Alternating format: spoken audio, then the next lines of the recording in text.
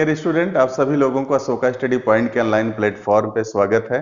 दोस्तों, हम लोग profit and loss chapter Uttar Pradesh state special करके हम लोग कर रहे थे। आज हम इसी कड़ी में आपको कुछ क्वेश्चंस लेकर के आए हैं। जैसे पहला क्वेश्चन क्या दिया है, एक वस्तु को 12.5% लाभ पर बेचा जाता है। यदि उस वस्तु को 5% के हानि पर बेचा जाता है तो वस्तु का विक्रय मूल्य 9 रुपए 80 पैसा कम हो जाता है। वस्तु का क्रय मूल्य क्या है? दोस्तों, स्वाभाविक है, वस्तु को 12.5% के लाभ पर बेचा जाता है तो विक्रय मूल्य कुछ रहा होगा, लेकिन जब 5% के हानि पर बेचा जाएगा तो स्वाभाविक है वस्तु का विक्रय मूल्य घट जाएगा। और वस्तु का विक्रय मूल्य घटकर कितना हो रहा है, कितना कम हो रहा है? 9 रुपए 80 पैसा। आपसे कहा जा रहा है कि वस्तु का क्रय मूल्य क्या है, ये आपको फाइंड करना है। मतलब वस्तु का क्रय मूल्य हमें निकालना है। यहां पर दिया है 12.5% वस्तु को लाभ पर बेचा जाता है। फिर ये कह रहा है कि यदि वस्तु को 5% हानि पर बेचा जाता, वस्तु को 5% हानि पर बेचा जाता तो उस वस्तु का विक्रय मूल्य 9 रुपए 80 पैसा कम हो जाता। मतलब वस्तु को 12.5% के लाभ पर बेचा गया तो कुछ विक्रय मूल्य रहा होगा, और फिर 5% हानि पर बेचा गया तो कुछ विक्रय मूल्य रहा होगा। इन दोनों ही विक्रय मूल्य का दोस्तों अंतर कितना दिया है? 9 रुपए 80 पैसा।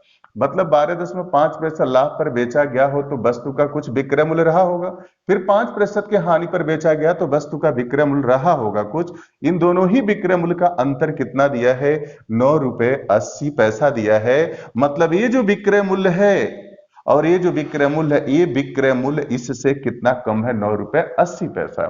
दोस्तों, मतलब इसका ये हो गया, अगर इनका अंतर करें तो कितना अंतर होगा? तो जब इसको सब्ट्रैक्ट करेंगे तो दोस्तों हमें मिलेगा क्या? इनका अंतर करेंगे तो मिलेगा क्या? अब इसको घटा दीजिए, तो इसका अंतर करेंगे, माइनस और माइनस क्या होगा? प्लस हो जाएगा। तो 12.5% प्लस क्या हो जाएगा? 5% इक्वल टू 17 कितना हो गया? 5%। दोस्तों, हमेशा ध्यान में रखिएगा, जब भी लाभ और हानि को आपस में सब्ट्रैक्ट करते हैं उस पीरियड में दोनों आपस में क्या होता है? जुड़ जाता है। जब भी लाभ और हानि को आपस में सब्ट्रैक्ट करते हैं तो उस पीरियड में दोनों आपस में क्या होता है? जुट जाता है। ये हमेशा ध्यान में रखिएगा। जब हम क्या करेंगे, लाभ प्रॉफिट और प्रॉफिट का अंतर करते हैं तो उस समय दोनों सब्ट्रैक्ट होता है। उसी तरीके से जब लॉस और लॉस का हम डिफरेंस करते हैं तो दोनों आपस में सब्ट्रैक्ट होता है। लेकिन अगर हम प्रॉफिट और लॉस का अगर डिफरेंट करते हैं, प्रॉफिट और लॉस का डिफरेंस करते हैं तो आपस में क्या होता है? जुट जाता है, ऐड हो जाता है। इसलिए ऐड होता है, ये प्रॉफिट है और 5% का क्या है? लॉस है। हमेशा लॉस को किससे दिखाते हैं? माइनस से। ऑलरेडी ये -5% है, जब इसमें से इसको घटाएंगे तो आप देख रहे हैं माइनस और माइनस क्या होता है? प्लस होता है। इस तरीके से हमने सीखा क्या है, अगर जब भी प्रॉफिट और प्रॉफिट को जब हम सब्ट्रैक्ट करेंगे तो आपस में सब्ट्रैक्ट होगा, घट जाएगा वो। और जब भी लाभ और लाभ को आपस में क्या करेंगे? घटाएंगे तो घटेगा। हानि और हानि को आपस में घटाएंगे तो घटेगा। लेकिन प्रॉफिट में लॉस को जब घटाएंगे तो आपस में क्या होता है? जुट जाता है। अब ये इनमें डिफरेंट कितना हुआ? 17.5% का डिफरेंट हो गया। और यही 17.5% का डिफरेंस कितने की कमी पैदा कर रहा है? 9 रुपए 80 पैसे का। मतलब ये किसके बराबर हो गया? 9 रुपए 80 पैसा के बराबर हो गया। अब अगर हम 1% की वैल्यू यहाँ पे फाइंड करेंगे तो कितना होगा? 9 रुपए 80 पैसा बटे 17 कितना हो गया? 5 हो गया। अब इसी को हम क्या करें, अगर 100% की वैल्यू हमें फाइंड करना है, क्योंकि जो कास्ट प्राइस होता है, किस क्रय मूल्य जो है वो कितने परसेंट है? वस्तु का क्रय मूल्य क्या है? 100% है। हमें 100% की वैल्यू फाइंड करनी है तो कैसे निकालेंगे? 100 मल्टीप्लाई बाई 9 रुपए 80 पैसा बटी क्या हो गया? 17 क्या आ गया? 5 आ गया। अब दशमलव को बराबर स्थान पे करेंगे, यहाँ पे 2 अंक पे, यहाँ पर 1 अंक है, यहाँ पे 0 बढ़ा दिया, ये क्या हो गया? कैंसिल हो गया। अब सिंप्लीफाई कर दीजिए, कैंसिल हो गया। यहां तक ये बातें समझ में आ गई होगी। अब 25 से काट देते हैं, 25 चौक को 100 हो गया और 25 सत्ते 175 हो गया। और इसको 7 से काटेंगे, 7 एकम 7, 7 चौक 28। दोस्तों, हमने कितना फाइंड कर लिया? वस्तु का क्रय मूल्य कितना आ गया? 56 रुपए के बराबर हो गया। उम्मीद कर रहे हैं दोस्तों ये प्रॉब्लम आपको समझ में आया होगा। वस्तु का जो क्रय मूल्य है वो किसके बराबर हो गया? 56 रुपए के क्या आ गया? बराबर आ गया। दोस्तों, नेक्स्ट क्वेश्चन लेते हैं। अब नेक्स्ट क्वेश्चन की बात अगर हम ये करें तो नेक्स्ट क्वेश्चन क्या दिया है? आपसे कहा जा रहा है, नेक्स्ट क्वेश्चन में आपसे कहा जा रहा है किसी वस्तु को 33% के हानि के बदले 8.5% के हानि पर बेचा गया होता। जैसे पहले उस वस्तु को 33.5% के लाभ पर बेचा गया, और फिर ये कह रहा है यदि वस्तु को इसके स्थान पर अगर 8.5% के हानि पर बेचा गया होता तो विक्रय मूल्य हमारा 250 रुपए अधिक होता। उस समय विक्रय मूल्य हमारा क्या होता है, 250 रुपए अधिक होता। तो वस्तु का क्रय मूल्य क्या है, ये आपको फाइंड करना है। स्वाभाविक है दोस्तों, जैसे जब प्रतिशत लाश जब घटेगा तो स्वाभाविक है अगर हानि घटता है, अगर लाश घटेगा तो उस पीरियड में क्या होगा, स्वाभाविक है विक्रय मूल्य क्या होगा, अधिक होगा। देख रहे हैं कि जो लाश है 33.5% घटकर 8.5% होता है, तो स्वाभाविक है जो विक्रय मूल्य क्या होगा वो बढ़ेगा, और वही विक्रय मूल्य कितना बढ़ा है, 250 रुपए क्या होता है, अधिक हो जाता है। दोस्तों इन दोनों का हम अंतर कर रहे हैं, अंतर करेंगे तो मिलेगा क्या, फिर वही हमको मिला 33.5%, माइनस और माइनस क्या हो गया, प्लस हो गया, 8 दशमलव क्या हो गया 5%। अब सिंप्लीफाई करेंगे तो कितना मिलेगा, 25% के बराबर हो गया। आपने देखा क्या कि जब भी हम लाश और लाश को सब्ट्रैक्ट करते हैं, लाश और लाश को सब्ट्रैक्ट करते हैं तो आपस में क्या होता है, घट जाता है, और ये कितना आ गया 25% के बराबर हो गया। अब यही 25% जो है किसके बराबर है, 250 रुपए के बराबर है। अब 25% की वैल्यू कितनी आ गई, 250 रुपए हो गया। तो अगर हमें 1% की वैल्यू अगर हमें निकालना है तो 1% की जो वैल्यू होगी 25 दहा में कितना हो गया, 250। हमें क्रय मूल्य फाइंड करना है तो 100% की वैल्यू चाहिए, ये किसके बराबर होगा, 1000 रुपए के बराबर हो गया। इस तरीके से दोस्तों वस्तु का जो क्रय मूल्य है किसके बराबर है, 1000 रुपए के बराबर है। घड़ी विक्रेता अंकित मूल्य पर 5% छूट देता है, 5% छूट देता है। जैसा कि डिस्काउंट के बारे में मैंने आपको बता दिया है, जब भी डिस्काउंट की बात करते हैं तो हमेशा किस पे करते हैं, मार्क प्राइस पे करते हैं। पहले शॉपकीपर क्या कर रहा है, मार्क प्राइस पर कितना डिस्काउंट दे रहा है, 5% दे रहा है। 5% डिस्काउंट देने का मतलब ये हो गया जो मार्क प्राइस है उसको कितना घटाकर बेच रहा है, 5% घटाकर बेच रहा है।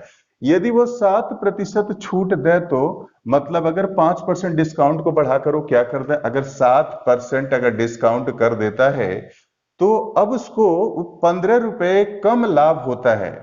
दोस्तों इसी क्वेश्चन को ऐसे भी कहा जा सकता है कि उसे 15 रुपए विक्रय मूल्य उसका 15 रुपए घट जाता है, क्योंकि जैसे जैसे विक्रय मूल्य बढ़ेगा उस वस्तु पर लाभ बढ़ेगा, और विक्रय मूल्य घटेगा तो उस वस्तु पर लाभ क्या हो जाएगा, कम होगा। क्योंकि इस क्वेश्चन में कह रहा है कि 7% की छूट दे तो पहले से उसे 15 रुपए कम लाभ होता है। इसी को एग्जाम में यह भी कहा जा सकता है उसका विक्रय मूल्य 15 रुपए घट जाता है। तो इससे आप कंफ्यूज नहीं होंगे।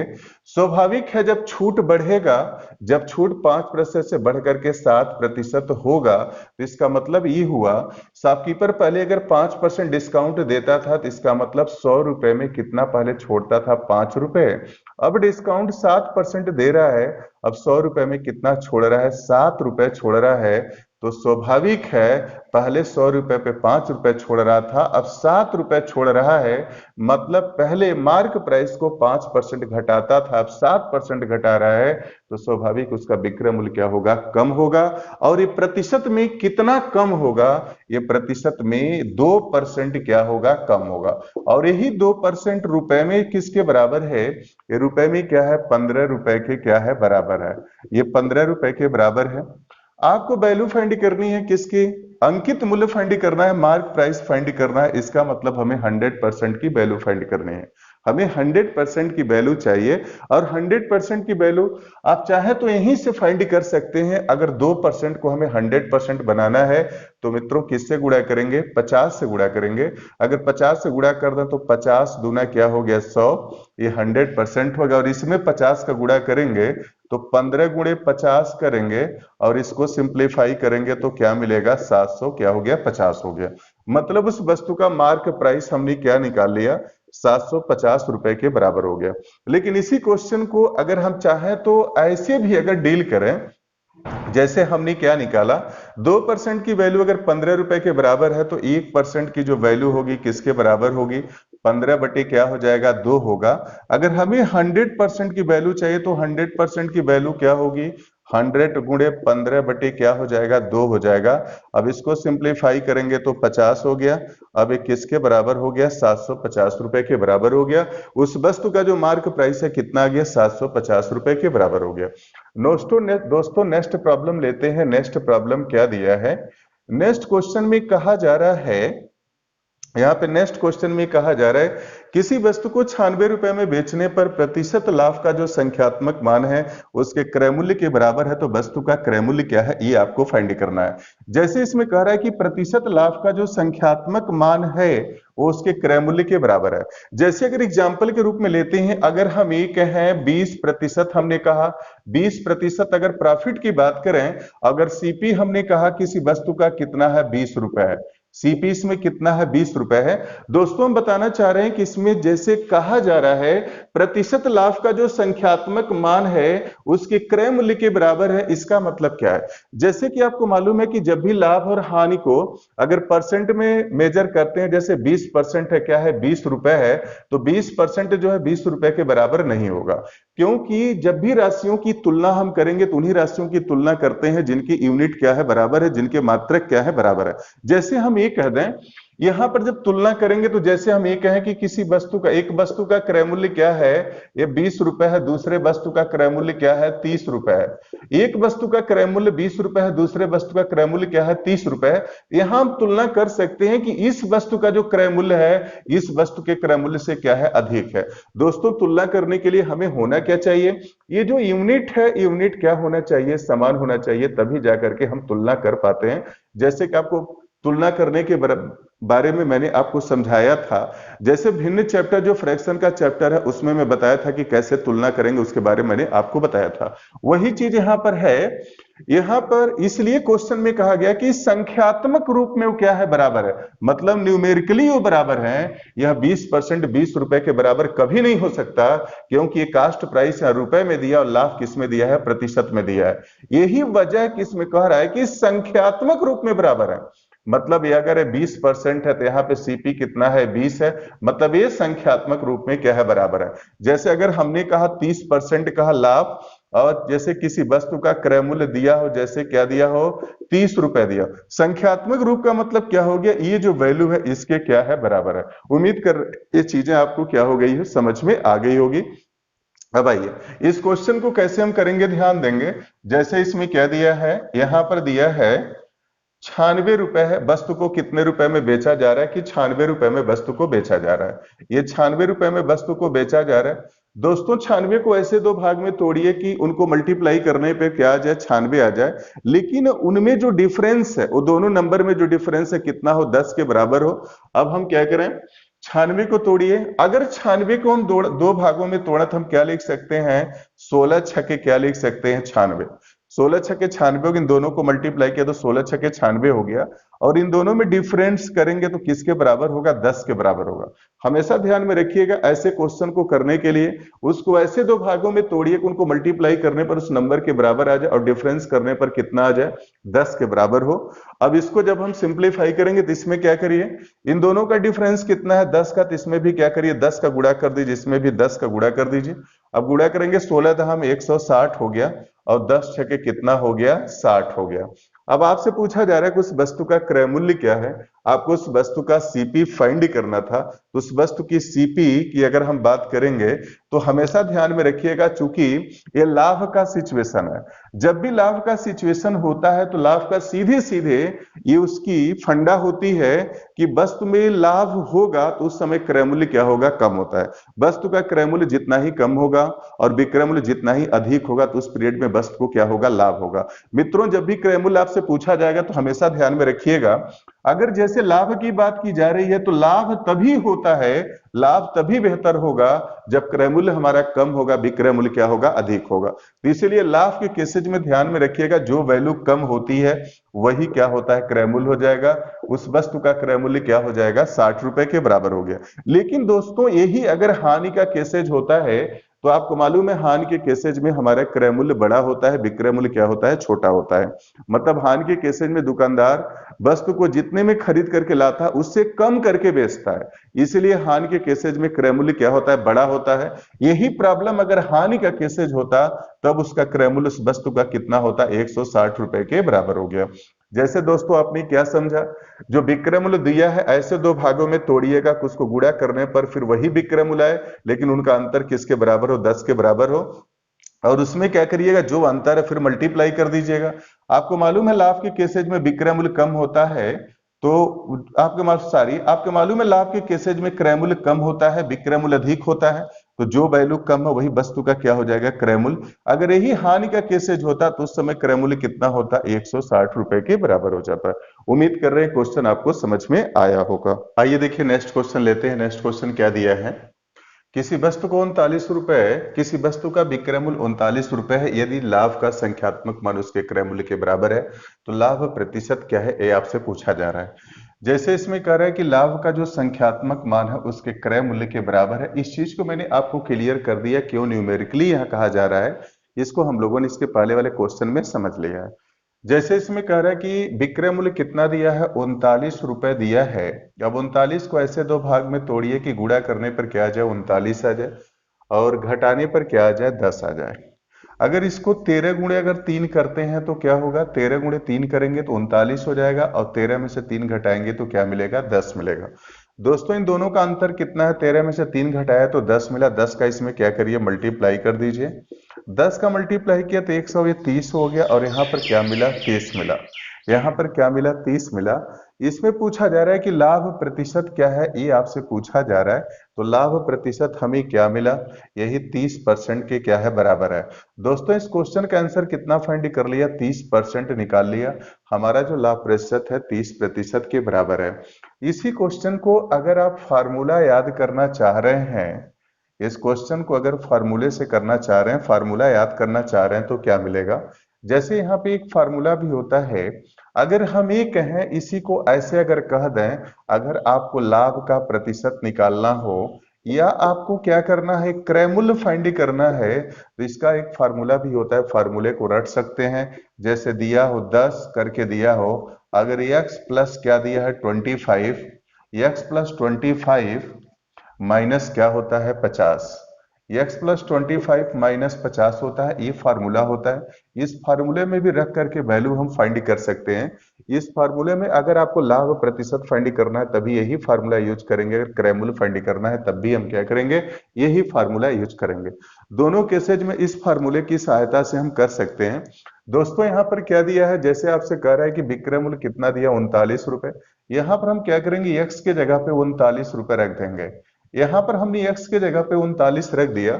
अब 39 रखेंगे, इन दोनों को जोड़ेंगे तो दोस्तों कितना हो गया, 64 के बराबर हो गया। अब हम इसका वर्गमूल लेंगे 64 का तो 8 मिलेगा, और 10 में 8 का गुणा करेंगे तो क्या होगा, 80 हो गया। और 80 में से हम 50 घटाएंगे तो कितना मिला, 30 मिला। 30% के क्या हो गया, बराबर हो गया। आपसे पूछा जा रहा है कुछ वस्तु पर लाभ क्या, तो लाभ किसके बराबर हो गया, 30% के बराबर हो गया।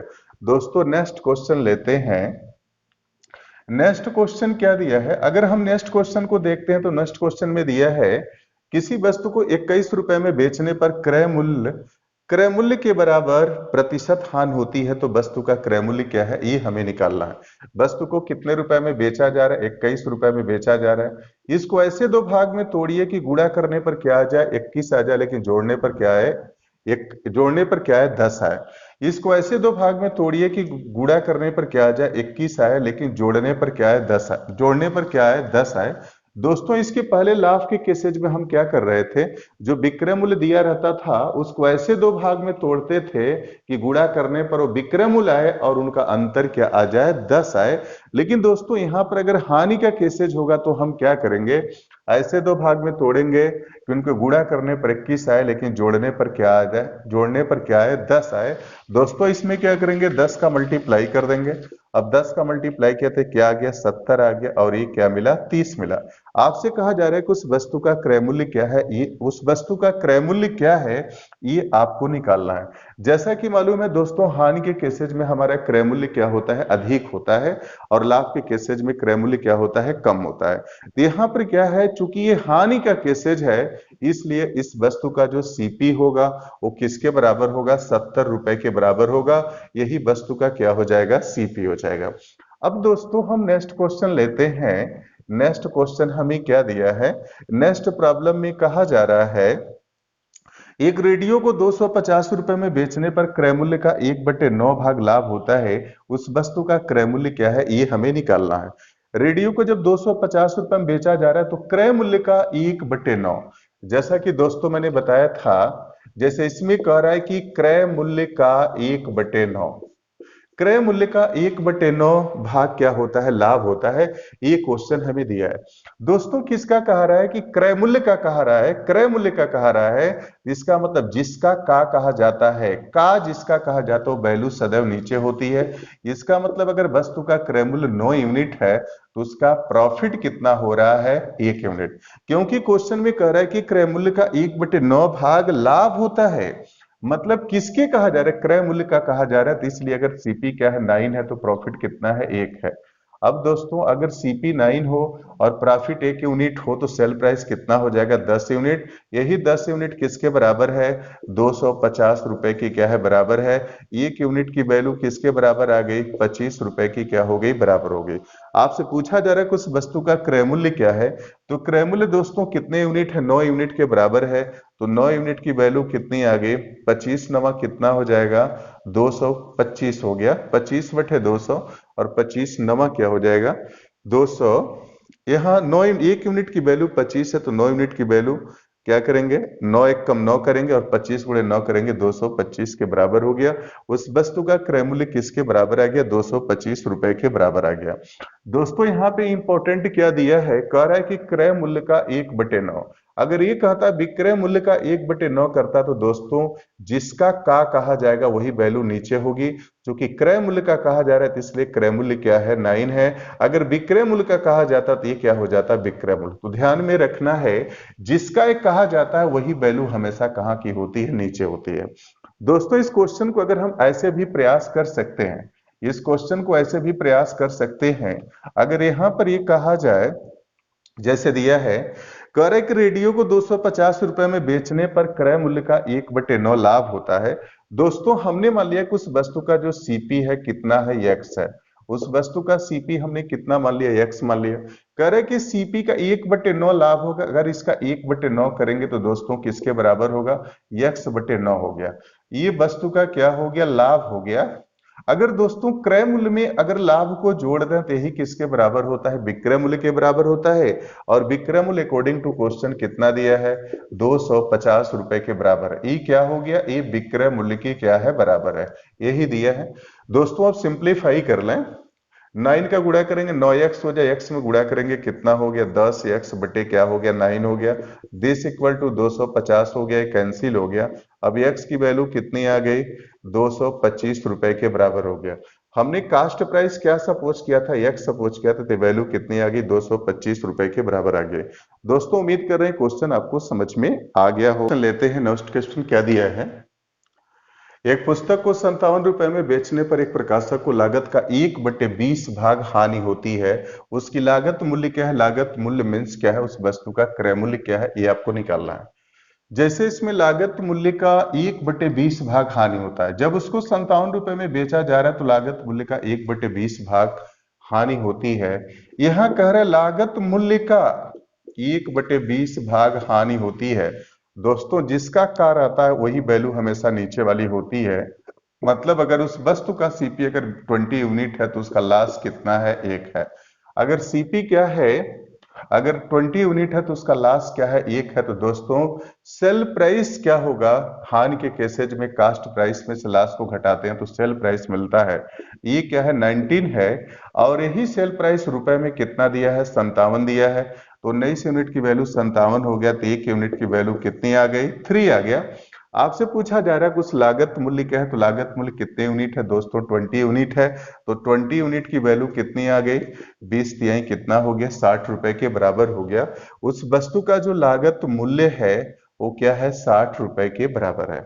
इसी क्वेश्चन को अगर हम ऐसे करें, जैसे इसमें कहा जा रहा है आपसे, अगर ये इसमें कहा जा रहा है एक पुस्तक को 57 रुपए में बेचने पर एक प्रकाशक को लागत का 1/20 भाग हानि होती है, तो उसकी लागत क्या है, ये आपको निकालना है। जैसे हमने सपोज कर लिया उस वस्तु की जो लागत है, मतलब सीपी को हमने क्या मान लिया, एक्स हो गया, और फिर जो उस पे लॉस हो रहा है, लॉस कह रहा है कि उसके क्रय मूल्य का 1/20 भाग, मतलब जितना सीपी है उसका 1/20 भाग क्या हो रहा है, लॉस हो रहा है। अगर दोस्तों इसका 1/20 भाग निकालेंगे तो क्या मिलेगा, एक्स बटे क्या आ गया, 20 आ गया। मतलब अब हमें सेल प्राइस फाइंड करना है, तो सेल प्राइस हम कैसे निकालेंगे। आपको मालूम है दोस्तों, अगर हमें सेल प्राइस फाइंड करना है, अगर किसी वस्तु का कास्ट प्राइस अगर एक्स है, लास्ट क्या है, x/20 है, तो उसका सेल प्राइस क्या होगा, जब कास्ट प्राइस में से लास्ट को घटाएंगे तो ही क्या आ जाता है, सेल प्राइस। और sale price according to question कितना दिया है, 57 रुपए की क्या है, बराबर है। दोस्तों अब इसको हम सिंप्लीफाई करेंगे तो क्या मिलेगा, सिंप्लीफाई करेंगे 20 का इसमें मल्टीप्लाई करेंगे 20x हो गया, और 20x में से x घटाएंगे तो कितना मिलेगा, 19x हो गया, बाई 20 हो गया। अब ये कितना हो गया, 57 हो गया। 19 तिया कितना हो गया, 57 हो गया। अब x की वैल्यू कितनी आ गई, 60 रुपए के बराबर हो गया। दोस्तों हमने क्रय मूल्य को कितना सपोज किया था, x रुपए माना था, और x की वैल्यू कितनी आ गई, 60 रुपए के बराबर हो गया। दोस्तों हम नेक्स्ट क्वेश्चन लेते हैं। नेक्स्ट क्वेश्चन क्या दिया है, अब कंसंट्रेट होकर के नेक्स्ट क्वेश्चन को देखेंगे। नेक्स्ट क्वेश्चन क्या दिया है, नेक्स्ट क्वेश्चन में कहा जा रहा है कि जयप्रकाश एक कार को उसके विक्रय मूल्य का 9/10 भाग में खरीदकर उसके विक्रय मूल्य के उसके विक्रय मूल्य के 8% अधिक में बेच देता है, उसका लाभ प्रतिशत क्या है, ये हमें निकालना है। सबसे पहले तो हमें ये जानना होगा उस कार का जो विक्रय मूल्य क्या है, क्योंकि जयप्रकाश क्या करता है, विक्रय मूल्य के 9/10 भाग में खरीदता है और विक्रय मूल्य के 8% अधिक में बेचता है, तो लाभ प्रतिशत क्या है, ये आपको निकालना है। सबसे पहले तो हमें जानना होगा वस्तु का विक्रय मूल्य क्या है। हमने मान लिया कि उस वस्तु का जो सेल प्राइस है कितना है, 100 है। उस वस्तु का सेल प्राइस कितना है, 100 है, विक्रय मूल्य 100 मान लिया। तो जयप्रकाश क्या कर रहा है, विक्रय मूल्य के 9/10 भाग में खरीदता है। अगर हम सीपी अगर हम फाइंड करेंगे तो क्या होगा, सीपी निकालेंगे तो इसका कितना करेंगे, 9/10 करेंगे। दोस्तों जब 9/10 करेंगे तो जीरो एक कैंसिल हो जाएगा, तो 10 नमा कितना आ गया, 90 आ गया। 90 आ गया। फिर आपसे कह रहा है किसी विक्रय मूल्य के 8% अधिक में बेचता है। दोस्तों जो यहाँ पे सेल प्राइस दिया है इसके 8% अधिक पर बेचता है। 8% अधिक का मतलब ये हो गया 100 रुपए पर कितना बढ़ाकर बेचता है, 8 रुपए बढ़ाकर बेचता है। इसका मतलब जो नया सेल प्राइस है इस विक्रय मूल्य के 8% अधिक, मतलब 100 को कितना बढ़ाता है, 8 बढ़ाता है। मतलब अगर 100 रुपए विक्रय मूल्य तो उसको और बढ़ा देता है 8 रुपए, तो किसके बराबर हो गया, 108 के क्या आ गया, बराबर आ गया। मतलब अगर क्रय मूल्य 90 रुपए है तो विक्रय मूल्य किसके बराबर हो गया, 108 के बराबर हो गया। दोस्तों यहाँ पे देख रहे हैं सीपी 90 है और एसपी का 108 है, तो लाभ हो रहा है। और लाभ कितने का हो रहा है, 18 का क्या हो रहा है, लाभ हो रहा है। 18 का लाभ हो रहा है। अब चूंकि इसमें पूछा जा रहा है कि प्रतिशत लाभ क्या है, लाभ की बात हमेशा किस पे करते हैं, सीपी पे। सीपी कितना दिया है, 90 दिया है, प्रतिशत में बदल देंगे। 18 कम 18, 18 पचे 90 हो गया। दोस्तों मैं परसेंटेज में आपको बताया था कि 1/5 कितने परसेंट के बराबर होता है, 20% के बराबर। 1/5 20% के बराबर होता है।